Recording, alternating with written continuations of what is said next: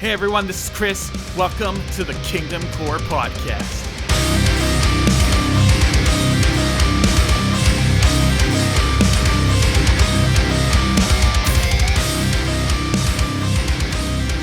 All right, guys, I'm your host, Shawn. I've got my co-host, Chris, with me. What's up, Chris? Hey dude, what's up? What's up? Thanks for joining me. So this is the KingdomCore Podcast, what you guys are watching or listening to right now. Thank you all for tuning in, whether you're watching on YouTube, listening on Spotify, on Apple Podcasts, or wherever we might put this up. So I know I've been talking about having a podcast for a while, and it's been a long time coming, but I'm horrible at the technical stuff. I don't know how to video edit. I literally don't even know how to describe what I don't know how to do. That's how technically improficient I am. So when I met Chris, him and I, we vibed really well together. We both had the same heart for the metal scene, and we both just had similar goals. So as soon as we started talking, I thought to myself, this guy, I think he could get the podcast rolling. And so when I brought it up to him, he had actually been thinking the same thing. I want to start a podcast with Shawn. And we were talking about it over a year ago, dude. We were talking about it back over a year. It has been over a year. We were talking about it back when you had me on your old podcast, if you want to go a little bit into that.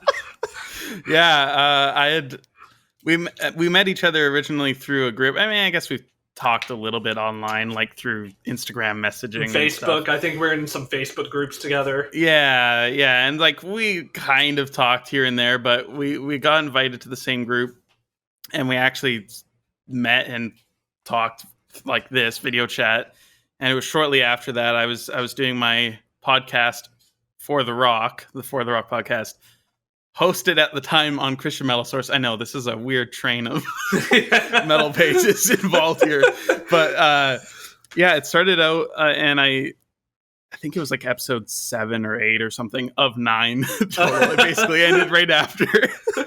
But I invited Shawn on, and we just had a good conversation for about an hour or so. Mm-hmm. And we continued to talk, after that. Another hour or two. I think we ended up talking 3 or 4 hours total that night. And fun. And after that, I was just like, this guy and I are pretty similar, and we vibe really well together. Like, I could definitely see us teaming up sometime in the future. And so now the stars finally aligned. Yeah. Chris even told me how to get this fancy microphone. He's handling all the tech stuff. So thank you, Chris. You're welcome. Awesome. So I just want to talk a little bit about the overview of this podcast, just kind of go over what our mission is. Our mission is very simple: to spread the gospel and to talk about heavy music and people who make heavy music who also want to share the gospel. And so that's really the point of this podcast. I know this episode is going to be a little bit different. We're just getting to test the waters, letting you guys get to know us. But we do have a lineup of guests, of band members who we're going to be interviewing soon. It's going to be fun. We really have no timeline of like a consistent schedule. We want to get out 2 podcasts a month, potentially. Yeah, I think that's our goal. I think that's our goal. 2, maybe sometimes, probably 2. And but no, like every other Friday sort of thing. Just kind of when Chris and I can get to it. We're both married. We both have wives to take care of, and we both have newly married. Both newly married. Yes, Chris, you've been married not even a year. Just over 9 months. Okay, and I just hit over 2 months. So yeah. So we both had COVID weddings. Yes. So shout out to our wives for letting us do this. I love you. I think she's in the other room. All right. So, Chris, if you don't mind, just talking a little bit about For the Rock, what it is, how it started. Give us a synopsis. Yeah, for sure. So it actually all started back in 2018. And I had kind of taken a couple years away from really keeping up with the scene in any sort of proper manner as I used to in my high school days. And I decided, I'm like, hey, I want to go on Instagram. I'm not really an Instagram kind of person, but I want to start like a music blog kind of sharing thing. And I think you were around at that time, right? Like as Aggressive Worshipers. I started it back in February of 2018. Yeah, so I'm pretty sure I started in like May or June. So I had actually seen your page, and I wasn't trying to copy you. I mean, obviously everybody looks at my page now and they're just like, it's mini KingdomCore. Yay. But I was just like, oh, that's cool. Like I didn't really think about utilizing Instagram in that way, even though at that point it had been around for years and I was just behind the times. Right. But I decided to start For the Rock. I wanted to talk about rock and metal, so I didn't want to get stuck with just metal, so I kind of put rock in the name. Obviously, it has a double meaning. I started doing it, and literally, like after, I don't know, 10 posts or something like that, it was that following winter, I talked to Peter from Christian Metal Source, and I chatted with him. I'm like, hey, dude, like I really want to, like, do you need help with the page? I reached out to a couple different pages, and Peter just instantly was like, yeah, dude, like I'd love to work with you and have you on board and help with this ministry. And so I kind of temporarily ditched For the Rock and went on to Christian Metal Source and did the same thing. We did some videos and whatnot. And then after a little while, I tried starting a podcast. We did the Christian Metal Source podcast. It was around for a few episodes, and then I changed it to For the Rock podcast because I realized I kind of wanted, like, something about For the Rock was what I was supposed to be doing. And so it just felt right. Like I kind of rebranded the podcast, and it had a good reaction. It was literally only up on YouTube. It wasn't like a legit podcast. It was just kind of like audio on YouTube, and that was it. Right. And it had good reception. It was really fun. It was kind of just like a, hey, this is what's new. This is some really good stuff. Oh, and here's some older stuff you should check out. And got to eventually interviewing some bands, and you, as we were talking about. Yeah. And just after a little while, I was like, it's just before COVID hit, I started going back to For the Rock on Instagram, and I'm like, okay, this is something a little different than Christian Metal Source. I'm going to work on this. And then COVID hit, and basically I was laid off from both my jobs for 3 months straight. So in that 3 months, it was when I really met you and like Pastor Rob and all these other people. And we just had this group, and we're just talking about this ministry stuff. And I was like, I really feel this pull to go back to For the Rock. And so I really got down to it, made it something different, tried to make it something different from everybody else, and just really kind of listen to what the Lord was calling me to do. And I've always felt this strong passion about album artwork and the visual aspect of music.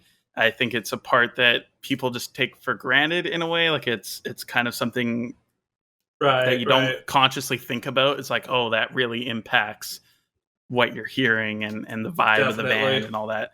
So I decided that on the page, I would primarily focus on stuff that's coming out that I really like, but really showcasing the artwork and talking about the artwork. And that was something that I just kind of started doing, and it was a little bit slow at first. It kind of started picking up traction, and having you share the page every once in a while really helped out, and had some new people come on. And but over this last year, it turned into something more. At the time, I was still doing Christian Metal Source a little bit, and I started doing reaction videos during COVID initially, like during the lockdown.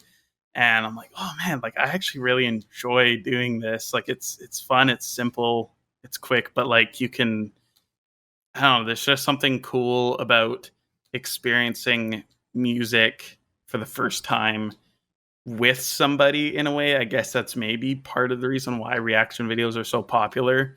Yeah, definitely. It's a little bit different than having somebody in person, but you can kind of have a little bit of that experience. Yeah, there's that mutual enjoyment when you see someone enjoying someone else enjoying something that you like, you know? Yeah, and as an artist, it's totally insane watching somebody listen to your music and seeing their reaction, because you generally I feel like back in the day, you wouldn't really get that unless you were in a band and you were like showing a couple dudes in a car or something like that. Right. This is my new music. Like, you couldn't really experience that. Yeah. And so, yeah, it just kind of, I didn't really plan on doing reaction videos, but it kind of turned into a thing. So then I started doing YouTube more, reaction videos, top 10 lists, and like I've been planning on doing some topical videos, but this might kind of take the place of that because, hey, video podcast, you're probably watching it on my channel, youtube.com/fortherock. And we're going to have, shameless plug, I know. Well, how else are they going to watch it if they don't know where? Yeah. So that's kind of where we're at now. I left Christian Metal Source a few months ago, just to primarily focus on For the Rock. Like, this is kind of the ministry that I'll kind of like personally be working in for the foreseeable future. And I think this is a really cool opportunity to kind of like team up with KingdomCore and hopefully do something and create something a little bit different and enjoyable to listen to. Heck yeah, dude. Awesome. So I'll talk a little bit about my my ministry, KingdomCore, for those of you who don't know, however long you've been following it. So back in late February of 2018, I'm hanging out in my room. It's maybe about 10 p.m. And on my personal Instagram at the time, I had been like posting a bunch of just like song lyrics on my Instagram stories. So if I'd be listening to a metal song or a rock song and the lyrics would impact me, I'd take a screenshot of like the little Apple Music song, and I'd put it on my story, like a lot of people do, and then I'd put a little lyric section, maybe a verse to go with it. And I was doing that, and I thought it was cool. It was fun. I never really got responses. Granted, I only had a couple people in my life who liked the music that I like. So I didn't expect to get like responses like, "Oh, I love that song." But I don't know. I thought maybe just the lyric aspect of it might like impact someone, because I wasn't putting it up there to get reactions. I was putting it up there hoping that maybe it impacted someone. And I mean, I guess looking back, maybe it did impact someone. They just didn't reach out, I'm sure it did. Maybe. But so yeah, that night I was just sitting in my room, and I was like, I have like one friend who likes this kind of music, and then a couple others who like a few bands. But I think it'd be cool just to like have a community of people who like this music and who also love Jesus. And so so I went on Instagram, and I was like, well, let's see if there's any like Christian metal pages on Instagram, just so I know to like not do what they're doing, not copy them or whatever. And so I like kept on searching like Christian metal, Christian hardcore, and I would find these small accounts had like a couple hundred followers, maybe 400 or 500 followers, and most of them weren't active or hadn't like they just hadn't posted in a long time. And I remember there was this is kind of backtracking a bit, but when I first got into Christian metal, there was a Facebook page called Christian Metal Kingdom, and it was pretty decent size. I think it had like 10 or 11,000 Facebook followers. I think it's still around. I think it's still around. I'm not sure if the guy who does that updates it or not anymore. But I had found a lot of good Christian metal through that, because he would post underground stuff. He would post new releases. And so as soon as I found that page, I just scrolled through like the last maybe 3 years of content he had posted and checked out every single band. And so I found so many good bands through that. But anyway, I thought it would be something. I thought it would be really cool if I did something like that on Instagram, especially because at the time it was still pretty inactive on Facebook. So that night I went on and I made an account, and I initially called it Christian Hardcore Fans. And then I put the Repentagram from Impending Doom, their Repentagram as the profile photo. It's like Christian hardcore fans. That's just, I don't know, that's not catchy. Like that's not going to really draw anyone, you know? And so I was like, okay, let's think of something catchy, because maybe this is something I could catch on since no one's really doing this. I remember thinking, like, what would be really cool is to get the attention of bands, because I've seen like music pages, but they almost never get the attention of bands. And I was like, I don't even know where to start with that, but who knows, maybe because it's something not being done in the Christian metal scene, maybe it will get the attention of bands just because of that alone, you know? Mm-hmm. And so I was a huge Convictions fan. I mean, I'm still a huge Convictions fans. Those are the boys. But they have on a lot of their merch, they have the phrase aggressive worship. And so I thought, how about aggressive worshipers? I don't know, just something catchy, something that if people saw the name aggressive worshipers and they're fans of Christian metal, they would probably understand it just from the name itself. And then as well as the repentagram is pretty recognizable in the Christian metal scene. So I just wanted something that would catch people's eye and would draw traffic to the page. And so I did that, and I wrote a little album review. I posted a cover a photo of the cover of Death Grip by Fit for a King, one of my favorite metal albums. And I posted that with like a paragraph. You could still scroll back, although it'll take you like 5 minutes to scroll back, but you could find a very poorly written review of Death Grip by Fit for a King. I think I did scroll back. It took ages. You did? Yeah. Oh, yeah. Yeah, I think it would take you a long time.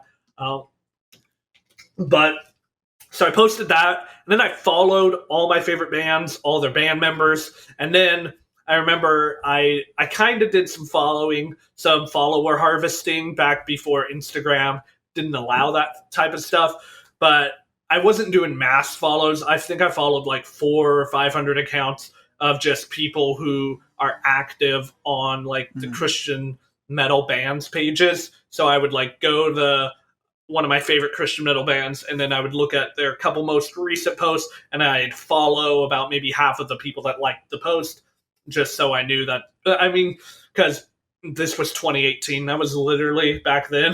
That was the only way to get people to follow your page. Like, and so I did that. I think I followed a few hundred. I woke up the next morning, and to my surprise, I don't remember the exact number, but I know there was over 100 followers. And I was like, oh, okay. Like, this thing might, like, some people like this, you know? And I already had some message. I think I had 1 or 2 messages of people saying, hey, this is a cool idea. I've been wanting a page like this. So I'm like, okay, great. Like, this is awesome. Let's just keep doing this. So each day I would just post like a photo of an album cover, the little review, just my thoughts, what I liked about it. Or I would just post the screenshots of like what I was listening to on Apple Music of different songs. And what I did was I would tag the band, their label, and all the band members in it. And I remember it wasn't long until I was getting a couple band members would like posts when I would tag them, and I was like, oh wow, this is really, really cool. And so a couple weeks later, I went to my first show having aggressive worshipers active, and it was War of Ages, Convictions, and Earth Groans on the Alpha Tour. What a good lineup! Wow. Yeah, that show was amazing. And I saw them at this like huge venue in LA. It was brand new, and I don't know how, but like the venue promoter like did a horrible job of promoting this. Like, I swear this thing was like 800-900 people max, this venue, and there were maybe 40 or 50 people at the show. But like we had the biggest pit area, so we were all just like running. We made like the biggest circle pit because we had just this huge open air room. That's like the dream, dude. To like, it not was for amazing. The bands, but yeah, to not be shoulder to shoulder with sweaty people. It was really cool, and so it was at that show, and I posted like a photo of the tour poster, tagged all the band members, all of War of Ages, all of Earth Groans, all of Convictions. And I met Convictions, and I went up to them, and I was like, hey, guys, my name's Shawn. Big fan of you guys. You guys have really impacted my life with your music. I just wanted to let you know I created this Instagram called Aggressive Worshipers, and immediately they're like, "What? That's you?" And I was like, "You guys know me?" Like, keep in mind, I was up to maybe 500 followers at the moment. Yeah, it was like pretty 2 weeks in, and so immediately there was like a relationship that was built with Convictions, and those dudes, I love those dudes. They're the nicest dudes in the scene. Really genuine. They really practice what they preach, and but they were just really grateful for the fact that like their music impacted me enough to do this and to use their name.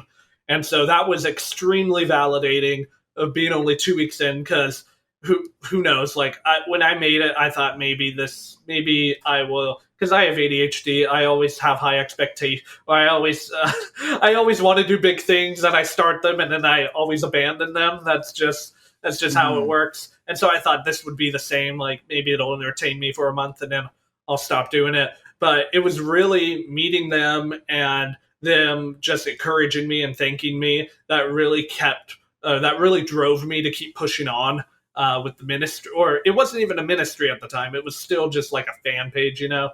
Yeah. And so fast forward about I don't want to go too far forward, but let's just fast forward a year and a half. It's maybe April or May of 2019. Aggressive Worshipers is up to about 6,000 followers, I want to say. Oh man, that's huge.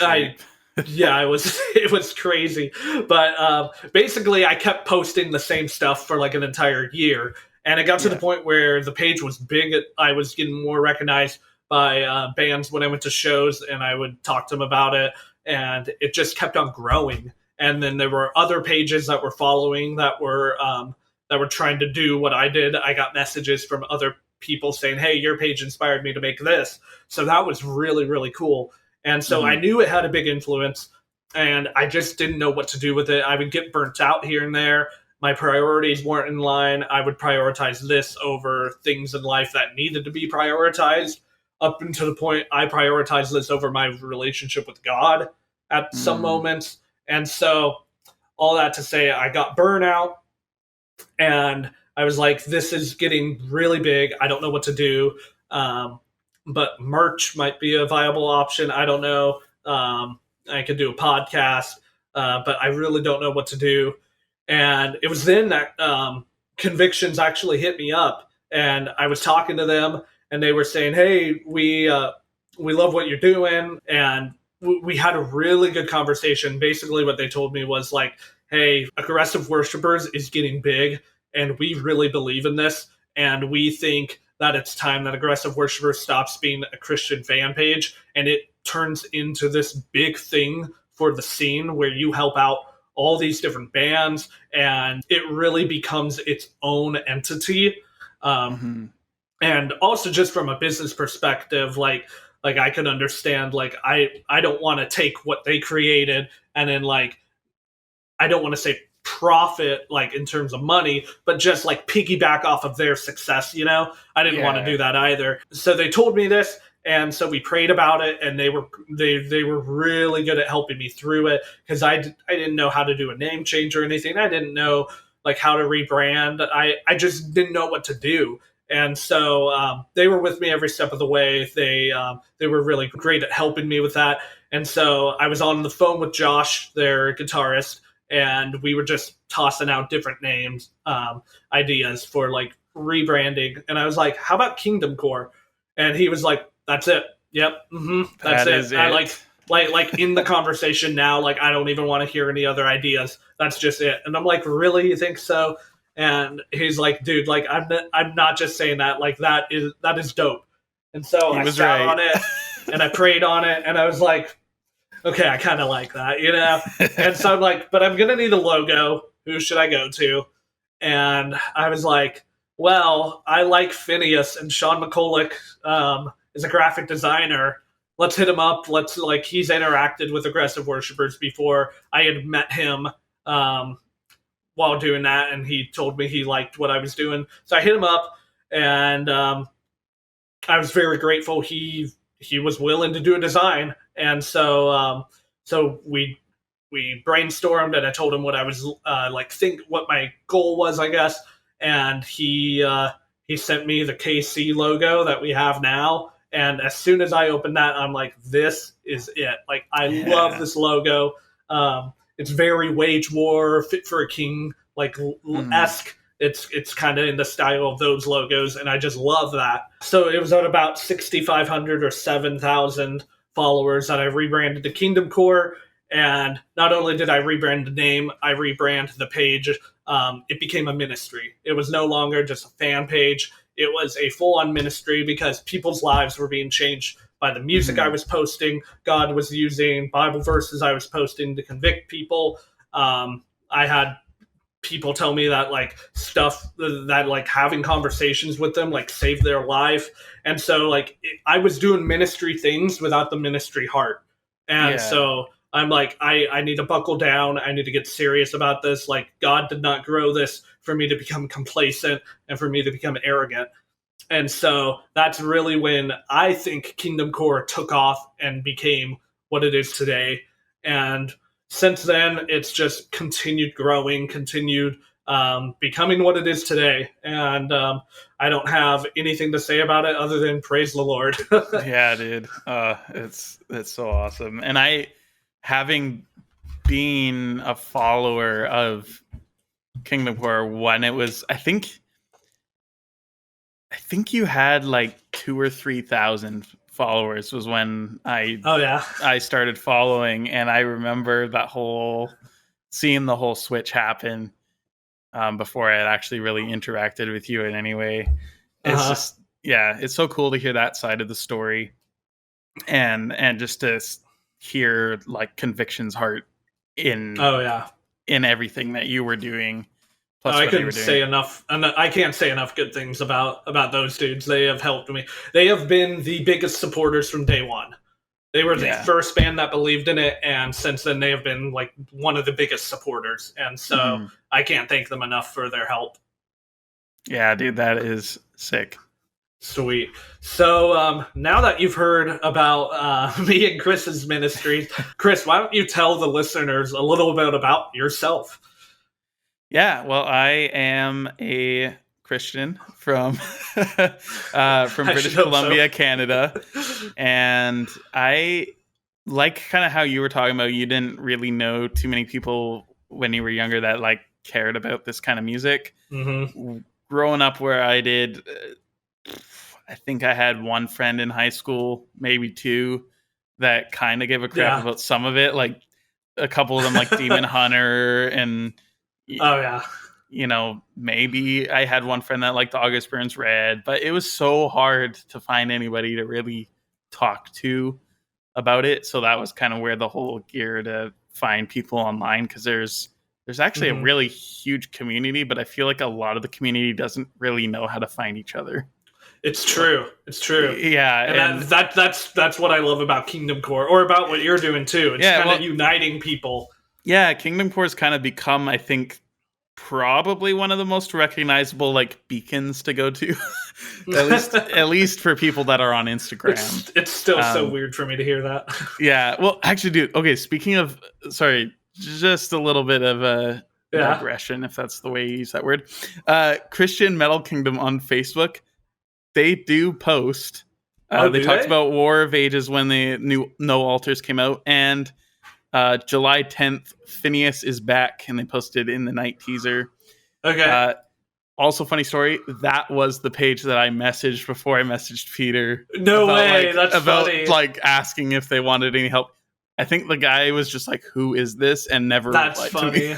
Okay, whoever runs... Do you know who runs that page? I have no idea. Okay, if you're listening to this, reach out to one of us at kingdom.core or at @4.the.rock on Instagram. Reach out to us, and we want to talk to you, because you're responsible for this. That's so funny. But yeah, so I kind of just grew up really coming into the metal scene as later high school years, I guess, grade 11, 12, grade 10, I guess. And after being into rock for a few years and just not really having that many people to talk to, but yeah, leaving high school, I moved away for a year with my family to Saskatchewan, literally the middle of nowhere, Saskatchewan. And we lived on a farm, no animals except for like 20 cats because a couple litters happened. And it was quite the time living out there. And then I turned 18. I moved back here with my brother. And ever since, got involved with church, doing some music here and there, leading worship. And I guess being in the background of leading worship, like playing the bass and stuff. I became a youth leader for a little while at church a few years ago, and over the last 4 years at my current church, and I just ended that to kind of, for the last year, I just really felt like the Lord was leading me for the rock as kind of my like focus point of ministry. Like I was very split between what I was able to do and spending time doing stuff online for the rock versus being a youth leader, which has its very important moments and doing big stuff in that. So I've kind of stepped down from that, and this is kind of where I'm putting a lot of my time and energy in outside of work and marriage. So tell them where you work. I work at a Christian bookstore. One of the very few remaining ones here on Vancouver Island. Yeah, it's been really interesting because... Tell them about the heavy music selection at your store. Yeah, the heavy music selection. I actually just posted about that on my Instagram stories. Yeah, and we got like August Burns Red, Norma Jean, Demon Hunter, Skillet. Yeah, we have a small section. We have about 20 CDs or so, a couple like Emery albums, Amongst the Giants. It's definitely a strange mix. It is definitely. Oh, and the not very first, but what's called the 2011 Righteous Vendetta. Oh, Lawless. Yes. We have an unopened brand new copy sitting there. $20 Canadian. Sheesh. Yeah, so that's one job I do, and then the other job I work part-time doing signage at a print shop, and I actually kind of designed and printed this poster that's up behind me. Very nice. Yeah, both jobs are definitely very different and very interesting. And I've also been doing some graphic design recently for a lot of the bands in the scene. A lot of up-and-coming bands, usually a bit smaller, but I try and make it affordable so that, it's helping the ministry of what the bands are doing, actually going out and preaching the gospel, but helping support them and hopefully giving them semi-professional artwork, something that looks good and will help their music, but then also kind of helps me make a little bit of a living. It's very tiny at the moment, but I've a lot of stuff in 2020 and a lot of stuff in 2021 so far. You also find a way to Photoshop yourself into every single album art you do. Yeah, if you guys take a look at Ben Dixon's cover, the artwork for his single Conform Me, that is me on the cover. Not so flatteringly underneath the with like in my pajamas or something like that. Oh man. Yeah, there's we love you, Ben. Yeah, I'm sorry. I feel like when I told Ben that, he looked very offended. Hopefully you're not mad, Ben. Love you, dude. I think it looks great. Thank you.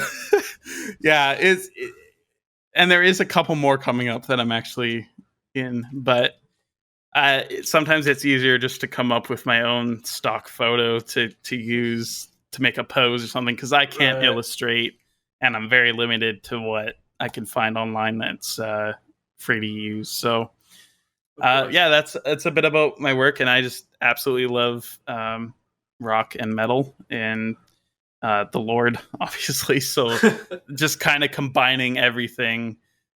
This has been a community that I've been in and out of, but definitely felt a strong longing to be a part of for like over a decade now. So yeah, that's a bit about my story. Awesome. Well, just a little bit about me. My name is Shawn Ely, as you heard at the intro. I live in Orange County, Southern California. It's not Eli. Not Eli, yeah. Everyone thinks it's Eli or Ellie. It's Ely. But yeah, I live in Southern California. Recently married, just on May 24th, so just a couple months ago. But I've been a fan of metal for roughly 6 or 7 years now. I just graduated college a couple months ago. Got my bachelor's in marketing, and right now I am working in marketing and in social media for a hydroponic company. For those of you who don't know, hydroponics, that sounds fancy. Yeah, it's really cool. I won't get too much into, but hydroponics, that's how you grow crops inside of a greenhouse. Yeah, it's like the sprinkler system that controls all the different environmental elements inside of a greenhouse. Yeah. It sounded like we were going somewhere fishy there for a second. Oh, man. Okay, moving on. So, Chris, how did you get into metal? Yeah, so actually it started out 2007. I was 13, and I guess for a year or two, I had owned my first MP3 player my parents had bought me, and I just had one-off singles from bands that I found early days of YouTube and LimeWire and all those things back then. LimeWire? Dude, yeah. How many family computers did you trash? I think, actually, my brother was the one who was very techie at the time. He kept us safe from anything. But oh, really? Okay. Yeah, I had like one-off singles from like "Numb" by Linkin Park and nice. The "Hero" song by Nickelback that was in the Spider-Man 2 soundtrack, and just nice. Crazy Frog. I don't know, like really random things. Oh my gosh, dude, those are throwbacks. And I had about like 200 songs on this MP3 player, and you know, it was like all right. Like I wasn't super huge into music, but as I kind of I'm like, oh, I want something, and then all of a sudden I've discovered Relient K, and I'm like, wait, yes. There's like Christian music that's not church music, and it actually and that's good. yeah, and this was right after 5 years ago came out. Oh yes. And so that became the very first album that I owned, the very first CD my parents bought me at the Christian bookstore that I now work at. That's cool. And full circle. Yeah, full circle. And that was also my first Relient K album. Ah, sick.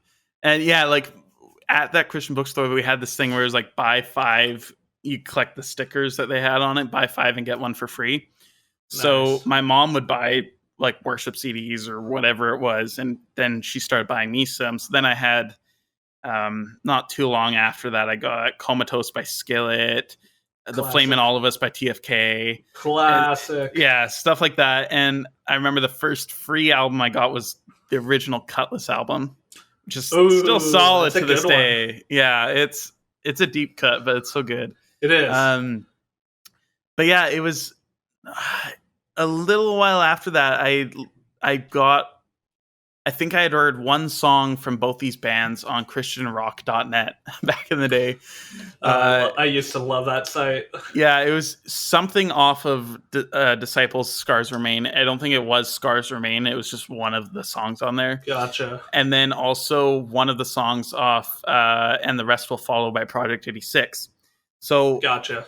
My mom bought me both those albums. They were kind of blind buys other than the fact that I had heard a song from each of these albums. Which, by the way, dude, I totally miss going to the music store, buying an album you only knew one song off of. Yeah, and then put it in. And dude, like when you would try even if you didn't like the album, you would try so hard to love the album. Yeah. Just because you bought it and you're stuck with it forever.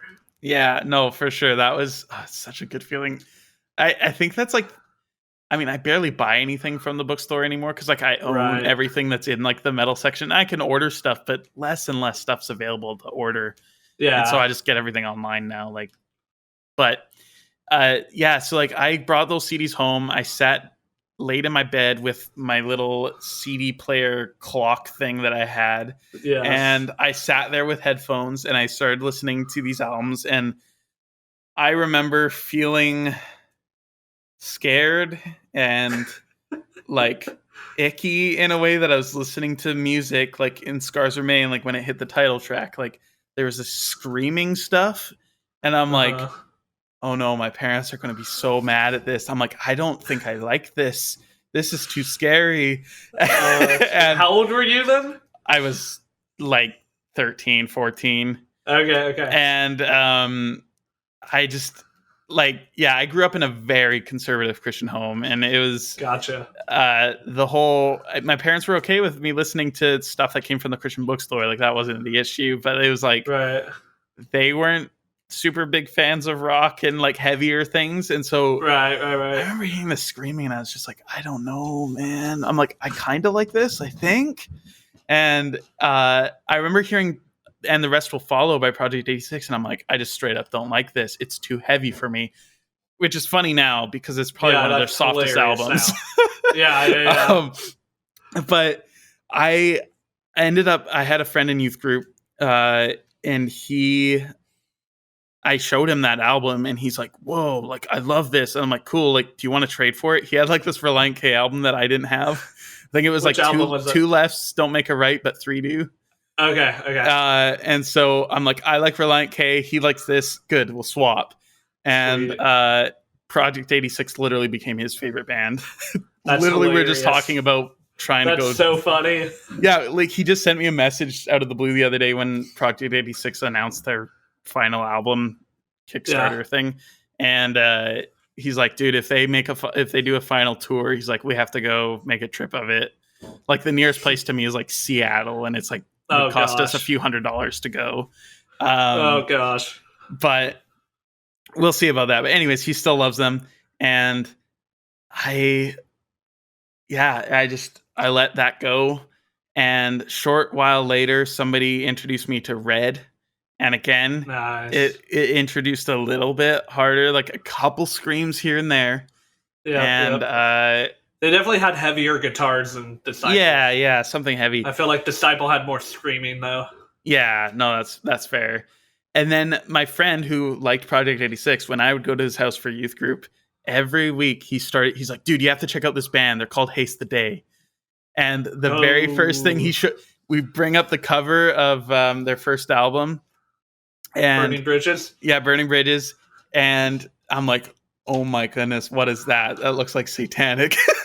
and then he starts playing Blue 42 and just never having ever heard anything like Jimmy Ryan's vocals.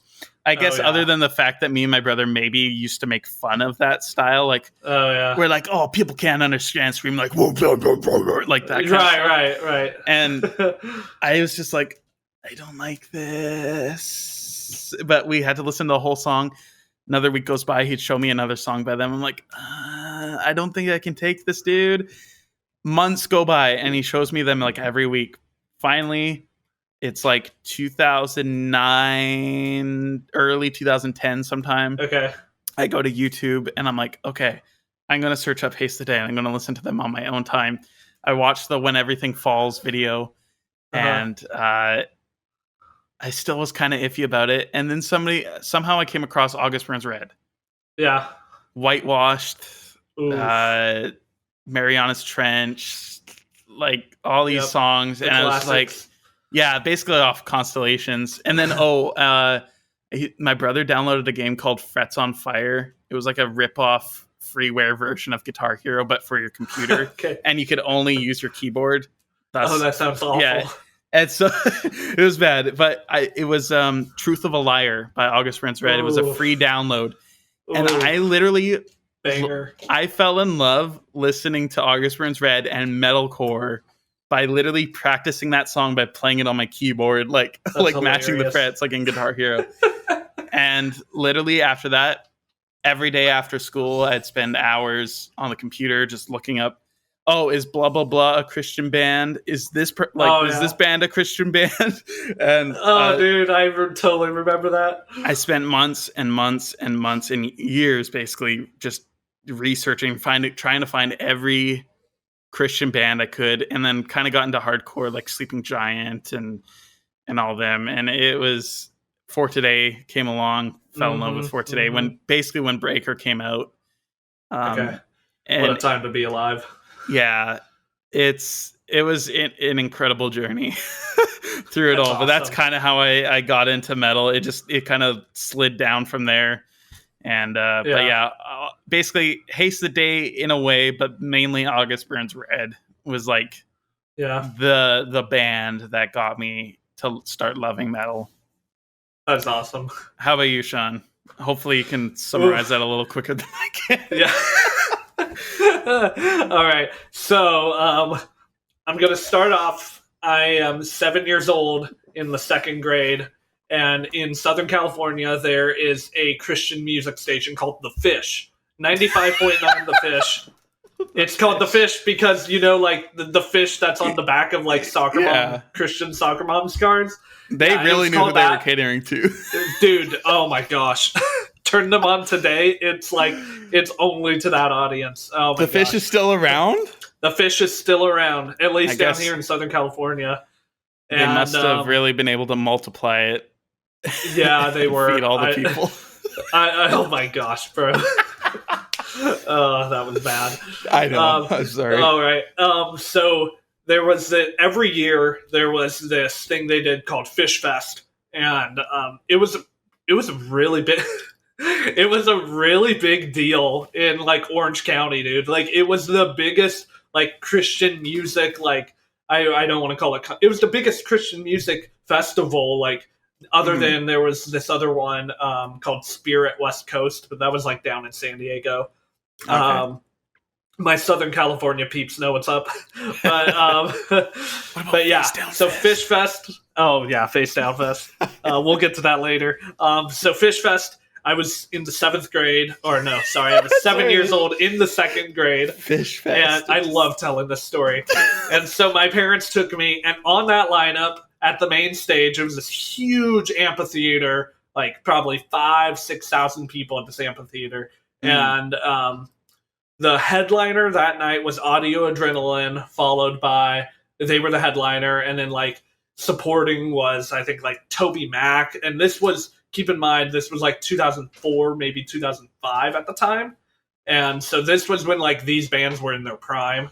Toby Mac, 2004. That was the prime, man. This was like Diverse City days. Yeah, Diverse City. I just listened to that album the other day. Whoopsie daisy, call me crazy. Oh my gosh. Yeah, so it was all those bands, and it's mid-afternoon. It's like they do it in the summer, and we're just like scorching, sitting in our seats. And my parents wanted to get up and go like walk around and hang out in the shade. But this band called Cutlass comes up, and I'm 7. Dude. I've never heard. It feels so funny calling Cutlass heavy. They were pretty heavy back in the day, though. I guess they were actually pretty heavy. It was hard rock. It was like 05 back then, yeah. And so they came out, and I'll never forget this. I can still visualize it in my head. Them walking out to the stage, and the singer, like, taking a sip of water, and then he like tossed the bottle and kicked it into the crowd. And little 7-year-old Shawn thought that was the most hardcore thing he had ever seen in his life. And I was like, whoa, these guys are wild. And he like yelled into the microphone. And I remember my parents just looking at each other like, oh no, these guys are going to be really loud, you know? And they ruined their son. Forever. And so I was just like, wow, I love this. This is like, how did I not know that this existed? Like, this is so cool. And then they played Sea of Faces, and not that that's heavy or anything, but I was like, wow, they can do like loud stuff and like stuff that's like softer and really catchy, you know? Yeah. And so I remember I just like loved that. And then after that, we went up to like a merch booth, and the Fish had like a little Fish Fest 05 sampler CD. So they had like a different single from every single band that was there. Dude, that's probably collectible at this point. Do you still have it? I don't know if I still have it. I can remember a couple songs on it. I know it had, it had a song by Hawk Nelson on it because they were at like the small stage that year. I forget what songs were on that album. I think there was a Jeremy Camp song. I don't remember. But Jeremy Camp has some bangers back in the early Jeremy days. Camp had some, oh yeah. He was on like Tooth and Nail, right? Sort of? It was BEC / Tooth and Nail for the first couple. But okay, gotcha. Like Lay Down My Pride and dude, the Soul Patch, iconic. Dude. Frosted Tips. Yeah. Funny story. Sorry, very quickly. Yeah, go ahead. Growing up listening to Christian radio, it was Chris Tomlin and Jeremy Camp were the two like prominent male names that I knew. Yep. My name is Christopher, and my brother's name is Jeremy. I liked Jeremy Camp and he liked Chris Tomlin, and it was just so weird that we liked each other's opposite such a names. weird dichotomy. Yeah. Anyway, sorry, continue. Where was I? I don't even remember. Cutlass came out on the stage and you were blown away. Yeah, so we got that, and I was like, wow, that was really cool. I liked that a lot. But then I was like, well, I don't have money, and I don't know, like, anything. Like, I was 7. I didn't have access to the internet. That was still when you had dial-up. Like, I couldn't take up the phone line to go, like, look up Christian bands, you know? And so I would literally just listen to, like, the 3 rock songs on that sampler over and over and over again. That's all I would do. And so 3rd grade comes around. I am now, I think I was like 9 years old now. And my church, so back in Southern California, back in the mid-2000s, there was a store in the mall called C28. And it was, I kid you not, a Christian Hot Topic. Like, down to, like, it was Christian Hot Topic, except instead of, like, band tees, they sold, like, Not of This World gear. Oh, dude, I tried designing for Not of This World back when I first started doing graphic design. It was like a contest because like users could submit a design, and if enough people voted like that they liked it in their like blog, you would get like commissions or like royalties from selling it. I never got anything on there, but oh man. So like you could still go online, go to Google Images, type in like C28 store in the mall or whatever. I'm gonna do that right now. And it is literally Christian Hot Topic. And so my little like whatever like Sunday school class I was going to back then, for like 10-year-olds at the time, they had like this contest. And the winner got like a C28 gift card. And I didn't know what that was, but everyone was freaking out when they said, like, you win a C28 gift card. So I'm like, oh, this place must be really cool, you know? And I won. And I think it was like a $10 gift card or whatnot. So my parents took me and I was like, I want this CD. And it was Smile, It's the End of the World by Hawk Nelson. Nice. And that was the first CD I ever got. And dude, I listened to that thing on repeat for hours every day. Like, I loved that album. It was the perfect introduction for someone who had only heard a little bit of Cutlass and didn't want too much screaming, because he screams like twice on the album. Yeah. And so I just remember, I'm like, I love this. Like, rock is so cool. That was my favorite Hawk Nelson album, actually. It's still their best album by far. And so I just loved that. Couple years go by and I would pick up like maybe 1 or 2 rock CDs a year. I'd pick up like another Cutlass album, or I don't know. And then like 4th grade, that would have been like 2007 or something, was when 5 Years Ago came out by Relient K. So I got that album like right after it came out, and I was like, wow, like I love this. This is great. Like I'm totally on board with rock. Couple more years go by, I get Forget Not Slow Down, and then I get Hello Hurricane by Switchfoot. I loved Switchfoot. And then after that, I entered my Family Force 5 phase, which every mid-2000s youth group kid had a Family Force 5 phase. Okay, funny story. Yeah. Just the other day from recording this, it's July 28th. Okay. Fallstar just posted a video on their Instagram. They did a Love Addict metal cover, like in Fallstar style. Like, I'm like, what? I can't wait to hear it. It's so good. It's going to be so good. Family Force 5, like my brother never really got into music like I did. But Family Force 5, literally, I would get every CD, like when I would go into the Christian bookstore, my parents would buy me these CDs. they always offered to my brother that he could get a CD. And it was every time a Family Force 5 album came out, that was his CD. And it was just funny. Oh, that's great. Yeah, so I went through that Family Force 5 phase, and then junior high comes, and I got some friends in high school, and they tell me and my brother about Disciple, and they're like, here's this record called Horseshoes and Hand Grenades. And I'm like, okay. And I'm like, so many stories about that album. This is so good. Like, this is so, maybe we could do an episode about that. Yeah, we'll have to. That is like, in my opinion, that is a seminal record in the Christian rock scene. Yeah. A very pivotal. I think it's a staple, personally. I can see that. And that album was just, I loved it. I thought it was fantastic. And then I went through this weird phase where in 9th grade, I wanted nothing to do with like anything heavy, and all I listened to was dubstep for a year straight. Like, just Skrillex.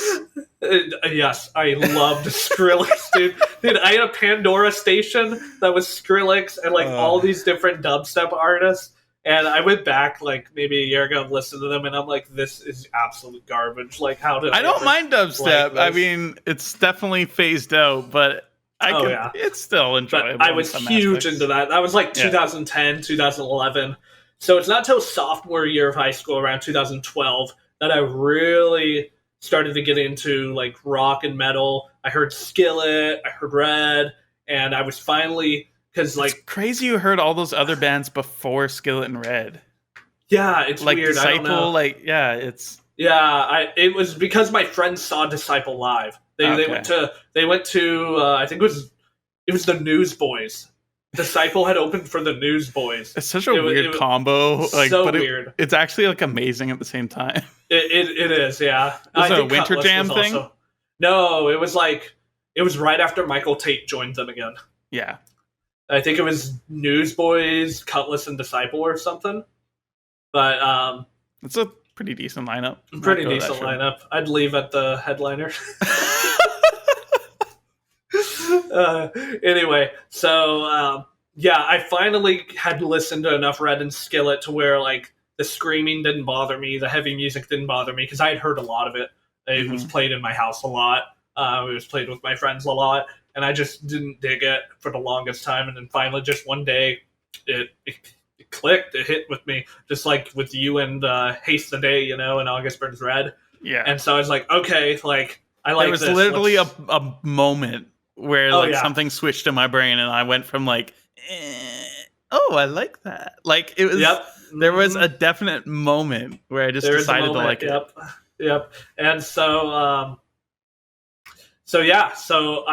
I started that, and I was like, okay, what's this band Demon Hunter about? That sounds heavy. It's like, this is too heavy. And so I continued listening, and I acquired the taste.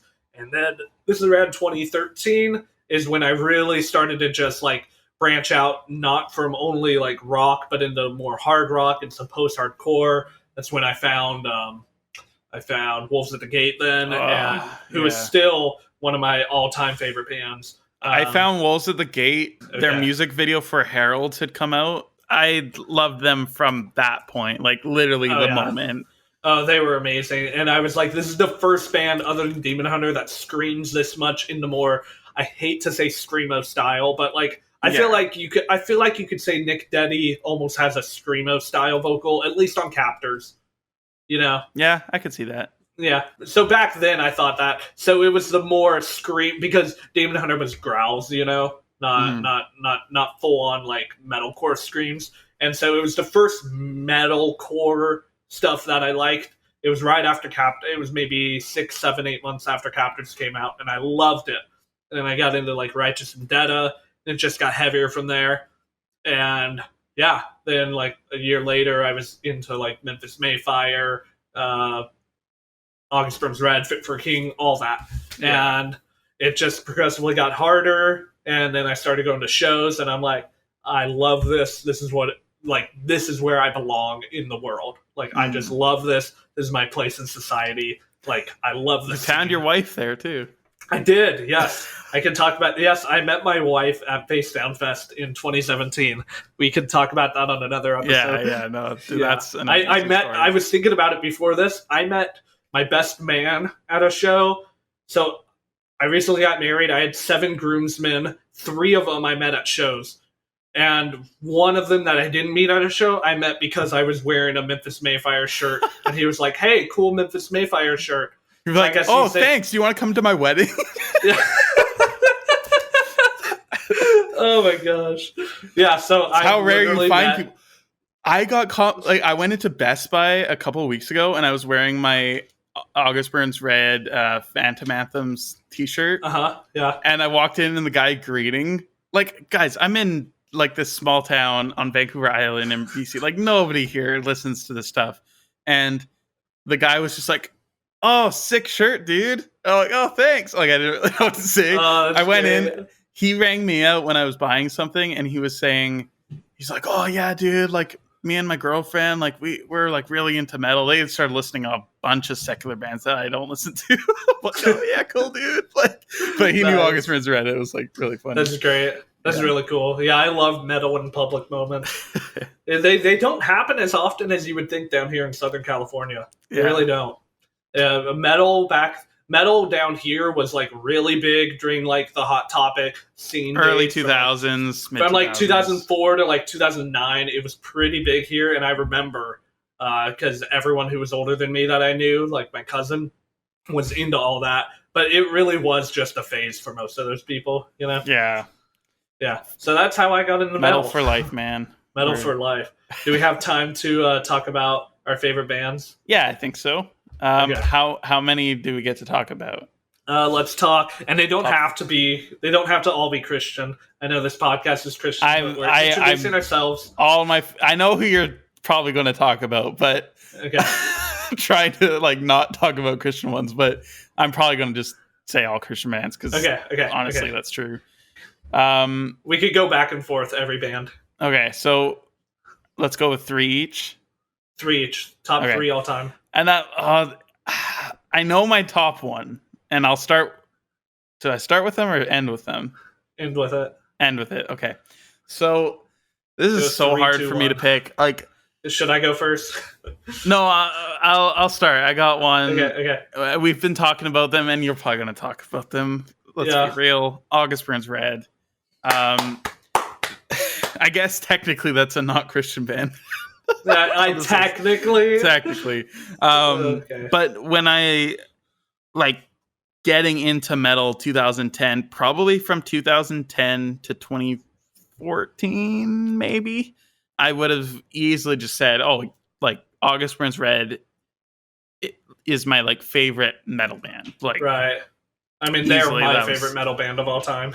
Yeah, and I think that has changed over the years. But I still can't deny that the impact that their music has had on just my musical influence over the years and just where I am now. I can't not say that they were my favorite band. So that's definitely one. And I think it kind of goes for reasons unsaid, plus all the ones that I already gave earlier in this podcast. Right.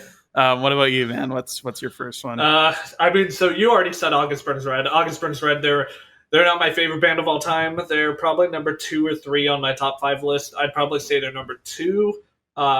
They're definitely my favorite metal band ever. I found them. I mean, I had always, even when I wasn't into heavy music, I knew August Burns Red. That's just how big they were. Mm-hmm.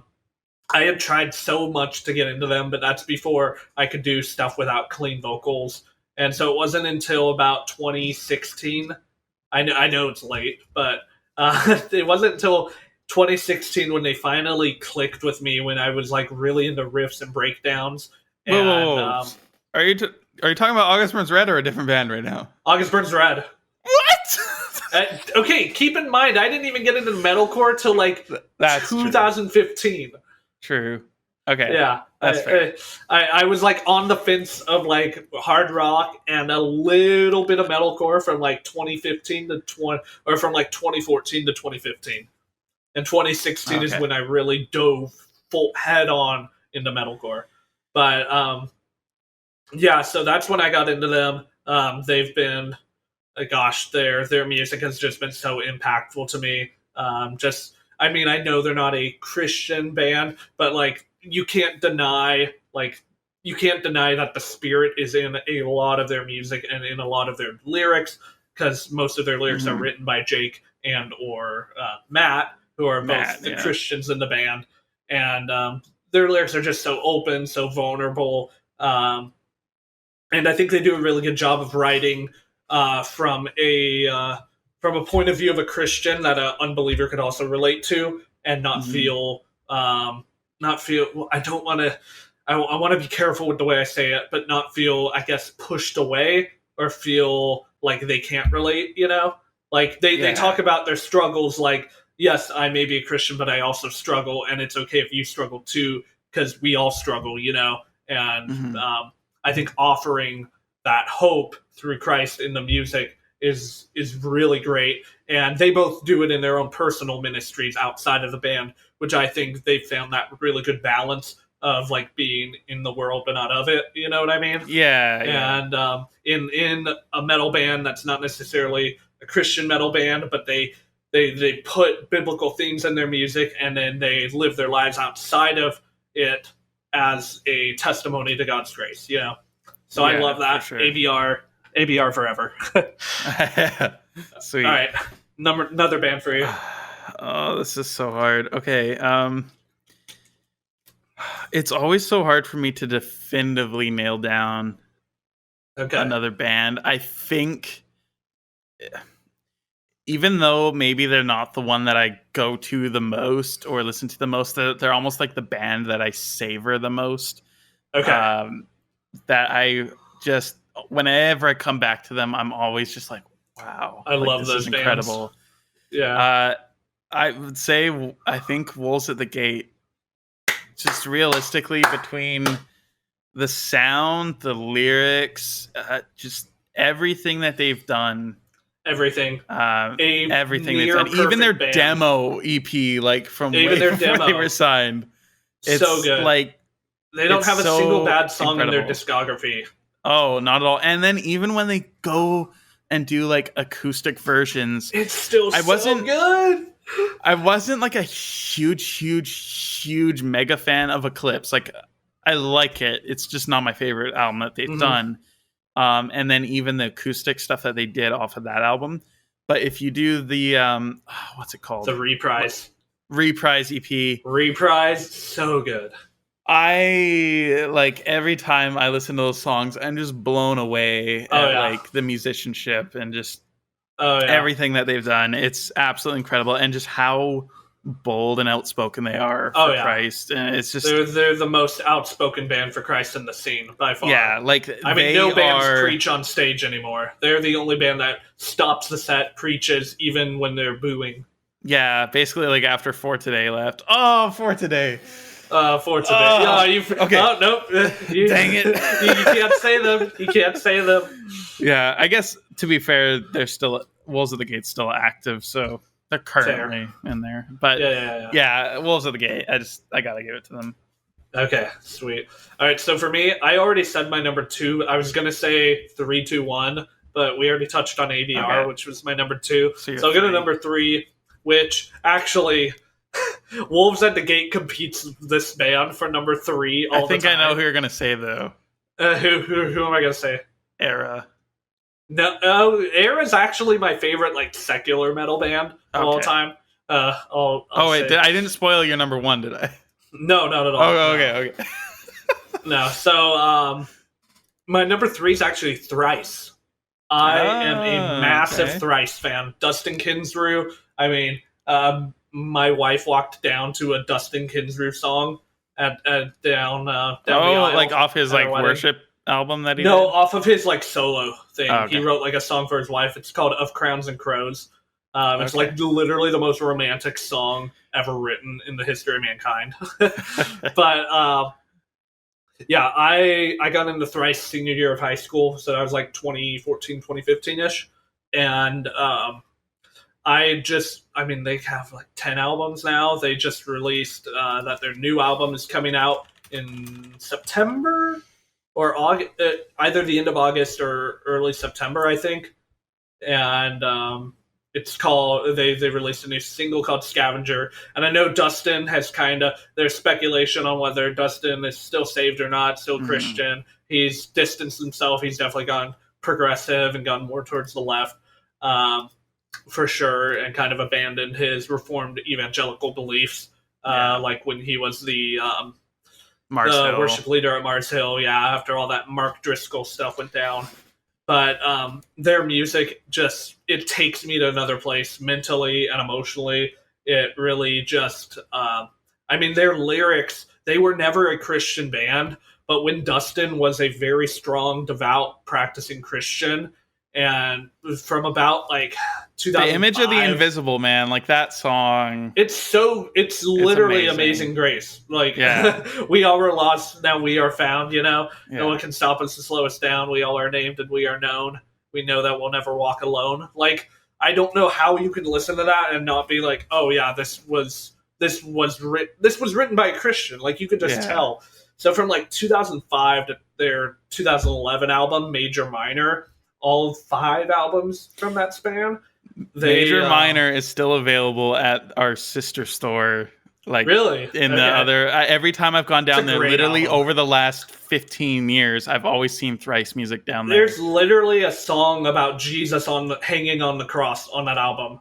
Really? It's called. I don't think I ever it's actually called Listen to Me. It's called Listen to Me. Then they also have another song called Disarmed, where it says, like, tell me now, where's your sting? Like, he's talking, like, death, you have been disarmed. Like, their music is so spiritual and so biblical and literally just straight scripture for not being a Christian band, that their music has just helped me out so much. I just love Dustin's voice. Dustin, I think, is one of the greatest songwriters of this generation. I know Thrice are considered legends, but even with their legend status in the scene, I don't think I'm off by saying that they are still severely underrated, because I feel like it's only people in a specific scene that know them, and they're considered legends in that part of the scene. Yeah, and but they are probably one of the biggest like rock influences for metal bands. I would say a lot of metalcore bands are highly influenced by Thrice. I mean, even Wolves at the Gate is influenced by Thrice. Yeah, no, I can definitely see that. Oh yeah. Like every post-hardcore band is influenced by Thrice. So that's my number 2. I have a quick story about Thrice just before I get on. Speaking of them, so back in the day, how I discovered them, even before I realized that they were, like, at the time, they were considered a Christian band. Yeah. For any of you classic, like, PS2, original Xbox era gamers out there, and if you liked racing and stuff back then, there was this game called Test Drive Eve of Destruction. And I remember it was basically like a demo derby racing game. It was so fun. Cool. And it had, like, still to this day, probably one of the best rock soundtracks I've heard in a video game ever. And one of the songs that comes up is like, late night brakes lock, hear the tires squeal, red like. So good. I just remember, like, and I open bloodshot eyes into fluorescent white. Like, just that. Good. Yeah, and that song is so fun. It was like years later, I'm like, wait, this is a Christian band. And I own that album. I don't listen to it nearly enough. It's a great album. Yeah, pretty awesome stuff. Sweet. Okay, favorite band. And then I'll do mine, and then you know mine. I know yours. We talked about this a year. Like, you know mine too, right? I think so. Okay. I'm questioning it now. You're questioning it now. Yeah, so my favorite band, I gotta give it to Falling Up. And thank you, Shawn, for actually giving them a chance after we talked. I did. Like a year ago, and you listened to, like, the whole. Can you believe in 2020 I had never heard anything by Falling Up? And then I did, as soon as Chris and I had that podcast episode and he told me Falling Up, because I didn't realize they had like 15 albums. Ridiculous. Like, I had no clue their discography was so vast. And I'm like, there's no way a band could be good or could be bad and have like 15 albums. Dude, and they did 3 albums. 3 albums in 1 year. That's crazy. They did Hours, Silver City, Midnight. And it was good. I liked it. It was fun. I think But it wasn't amazing. Discography. It just didn't connect with me that much, but it was fun to listen to. I think I'll go through the discography every once in a while. I think, well, that's the thing. So, like, they're really old stuff. So, like, Crashings and Dawn Escapes. That was probably my... I mean, there's so many albums. Just looking at their discography. That was their first album, right? The very first one, the blue one with, like, the 6 guys that was there. my favorite by them.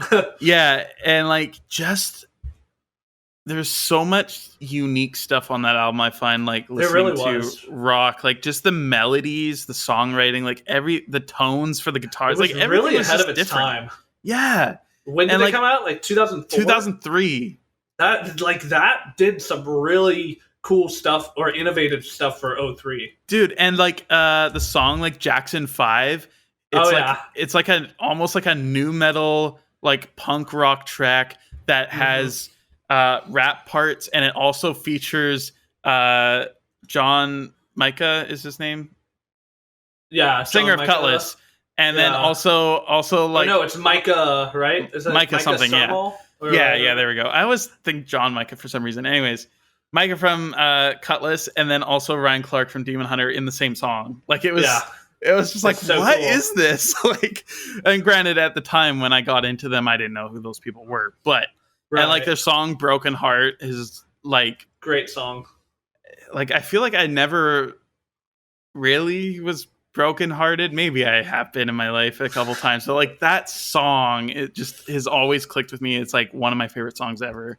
And just the way their discography goes, they eventually venture into this very, like, indie experimental stuff with Fangs, which basically ruined their record, like, career with Tooth and Nail.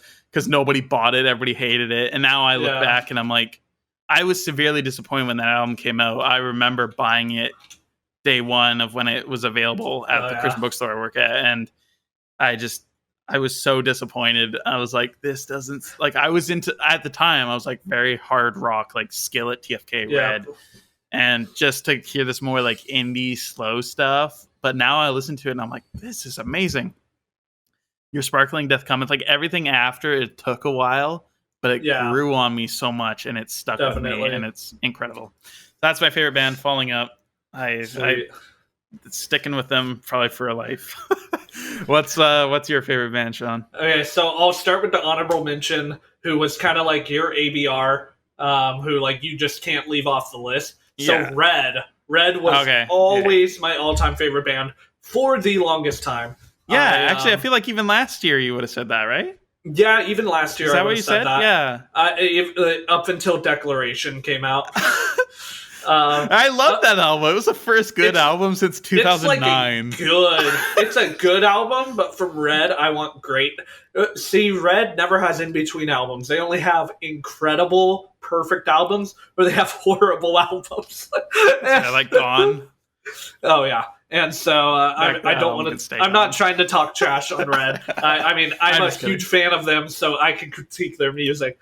But basically, all that to say, they kind of gave me my introduction into like rock and heavy music. They were the first one that like I really just loved everything by. Mm-hmm. I listened to them nonstop in high school. They were the first like one that I saw live. I saw them live with We As Human, by the way, which I love rubbing in Chris's face. We'll have to talk about them at some point. We'll talk. We should do an episode on that sometime. Yeah. Maybe. We might get in trouble. But anyway, so yeah, honorable mention to Red because they were great. But I still love Red. I'll listen to them every once in a while, and I still love it. But it just doesn't have that place in my life anymore. That was more for... They were really impactful on me for like a season of my life, just not in that season anymore. So my all-time favorite band is Lynn, which Lynn. And so Lynn, they're not like necessarily a Christian band. A lot of people say they're a Christian band. Like it was back Stephen in like Christian though is like Stephen Christian's like a pastor now. Yeah. So he's pretty vocal about it, but they're not a Christian band, you know? Yeah. I think he's the only believer in the band. I don't want to speak on behalf. I think Christian might actually be a believer too. I'm not sure. I think too, like in the early days, like they came up in literally the heyday of Tooth and Nail, like, and at the time, I'm sure 100%. They didn't care. Like they were always labeled as a Christian band. Yeah. And their music, their music, it talks a lot about love. They do a lot of like dating stuff, a lot of love. And then as they got older, you could tell it was more about like marriage and like commitment, which was really cool because like you see from from Blueprints for the Black Market, their first 2003 album. You got songs like so many good riffs on that album, dude. There are so many good riffs on that album. For 2003, that album was so ahead of its time. Every time I play it, it's one of those albums I'm like, why don't I listen to this like every day? It's so good. It's so good. Yeah. And so like you look at the lyrics of like Foreign Language, like boys speak in rhythm and girls just lie, you know, like it's just like very immature, like youth group rock, you know, but it's still like, I mean, that song is still a banger. I don't care how corny that song is. Like it is great. I will sing the do every time. And thank you, Chris. And, but you look at that and you look at the evolution of them as a band and you get to like Dark is the Way, Light is a Place. And that was where I kind of fell off of them for a while. Okay, see, that's one of my top 3 albums by them.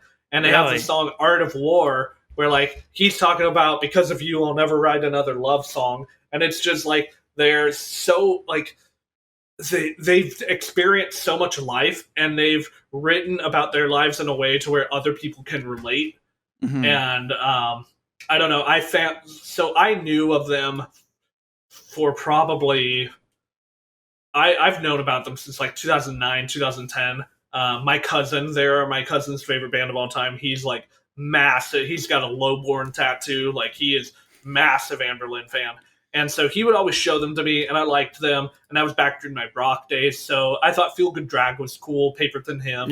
Yeah, those were cool songs. I think every Christian youth group kid loved The Resistance. What song?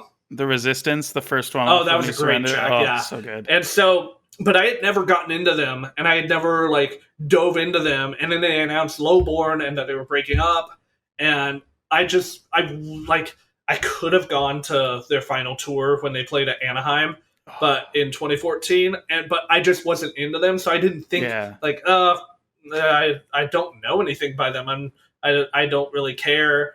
And then my cousin went to that show and he came back and he's like, Shawn, you missed what was the greatest concert of all time. And he showed me videos of it and he shows me songs that they played. And then he shows me Dismantle, Repair. And I was like, I've made a huge mistake. This is like the best song I've ever heard in my life. This was senior year of high school for me, I believe. Yeah. And I was like, oh my gosh. So I got so into Anberlin while they were still on their headline tour, just like a week after they played my city. And I was like, I will never see this band live. Never. And I think them getting back together and me getting to see them play finally last summer, or no, gosh, that was 2 years ago. 2 years ago, yeah. COVID has my mind fuzzy. Seeing them play live kind of cemented, like, okay, I can have this be my favorite band of all time because they're active. And because I got to see them, like, I can judge them against everyone else because I've seen them as long with all the other favorites, you know? And so their music just, I have so many stories about them. I could just talk about them for hours, but we've talked enough. I just like just to say on Anberlin. Or I've talked enough. I probably talked more than you did. I want to somebody count how many words we both said. Oh yeah. No. Lowborn. I remember like I kind of fell off in when Dark is the Way, Light is a Place came out. I like looking back now. I actually really like that album, but at the time I was like, eh. And then I listened to Vital when it came out, and Vital was so good. Devotion, like the. And Devotion and like the Vital remixes and stuff like that. Yeah. And then I remember like when Lowborn came out and they were like saying it's their final album. I thought that album, for not being a huge fan of them at the time, that was like a banger to go out on. Like I thought really that was like a perfect final album, like for being like, hey, this is the last song, Harbinger, you know? Yeah, man. We'll live forever, you know? Like that's just it's a song they wrote to their fans. And then, did you ever see when they were on their final tour, and they would play Finn? Have you ever seen that live footage or listened to it? It sounds vaguely familiar, but I don't know. Finn is my favorite song of all time, by the way. But they would sing like during that long instrumental part when they're all just like, patron saint, are we all lost like you? That part. I have to re-listen to it, man. Oh, what? Okay. So for those of you listening, if you've heard the song Finn by Amberlin, it's the last song off of their album Cities. There's like this huge instrumental part for like 3 minutes where they're jamming along, and there's this choir singing patron saint, are we all lost like you? Live on their final tour, he actually, Steven, like, went and did the lowborn thing, and everyone in the crowd put their hands up and did that, and he starts singing we'll live forever, forever, forever, like in the middle of that part, and it just fits so perfectly with the melody, and he's singing that part of the song, and it's just like, I've never seen a band connect with an audience more than I have watching those live videos of them playing that on their final tour, especially if you watch what was at the time their final show ever. I think it was in Orlando. It is like one of the most like emotional things I have ever seen. One of the most emotional connections I've ever seen between a band and a crowd. It is so cool. Added it to my save to watch later. I'll watch it in the next couple of days. Amberlin Finn final show ever.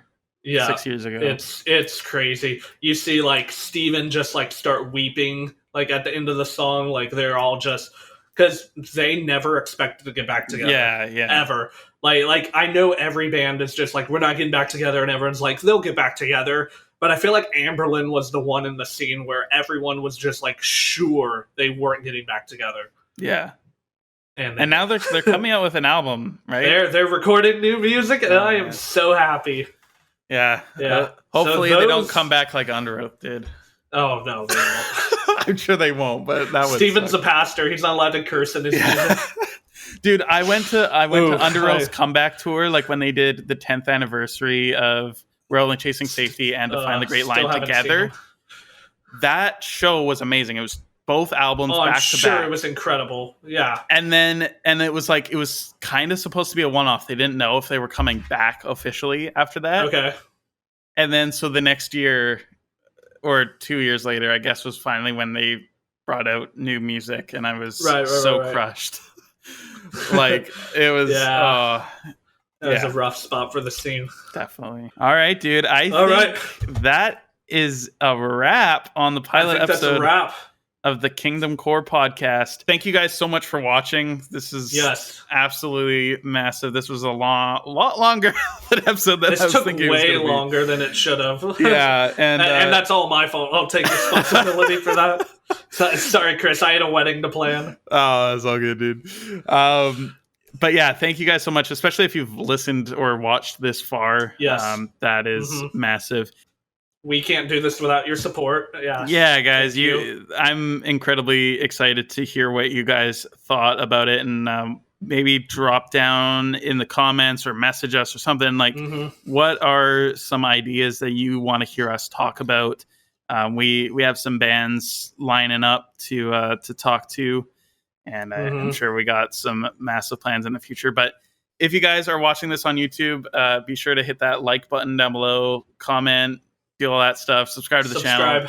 Yeah, it would be so awesome. Actually, Mr. Shawn Ely, can you tell them to subscribe to For the Rock? Okay, subscribe to For the Rock. I mean, if you're watching this right now, like, I'm hoping you're already subscribed, or you subscribed partway through the video. But if you're listening to this somewhere else, Spotify, I don't know, Apple, whatever, go on to YouTube, type in For the Rock, and subscribe, and then go on Instagram at kingdom.core.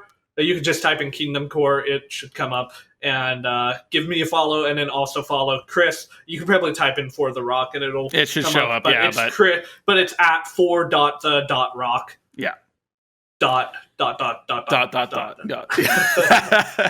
Well, thanks, dude, and it's been absolutely incredible to. This has been great with you. Thank you for joining me, for being my co-pilot.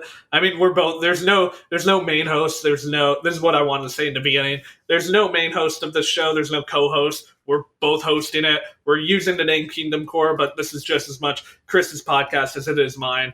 But most of all, it is the Lord's podcast. Yes. And so we hope you've been blessed by this. If you guys need a friend, if you guys are going through something, if you guys need prayer, feel free to drop a comment in the comments. Reach out to either one of us.